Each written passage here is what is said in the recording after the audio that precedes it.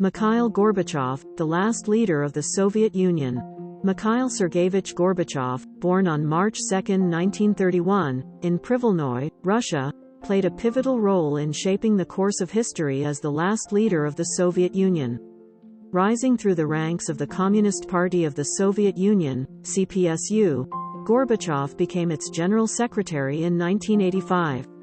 At that time, the Soviet Union was facing economic stagnation, political repression, and a growing desire for change among its citizens.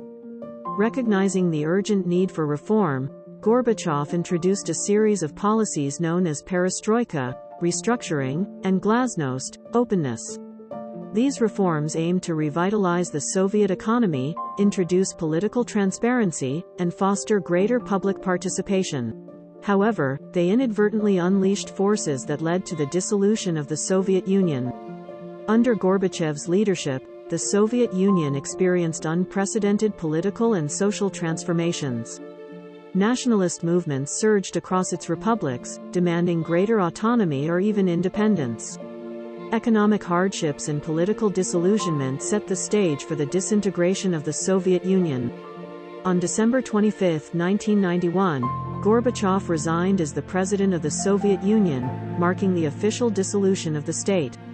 This event not only brought an end to Gorbachev's leadership but also signaled the conclusion of the 4-decade-long Cold War between the United States and the Soviet Union.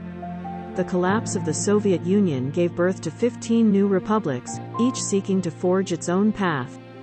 Russia, the largest and most influential successor to the Soviet Union, saw Boris Yeltsin become the president of the Russian Federation. Yeltsin's presidency faced numerous challenges as Russia transitioned from a centralized communist state to a market-oriented democracy.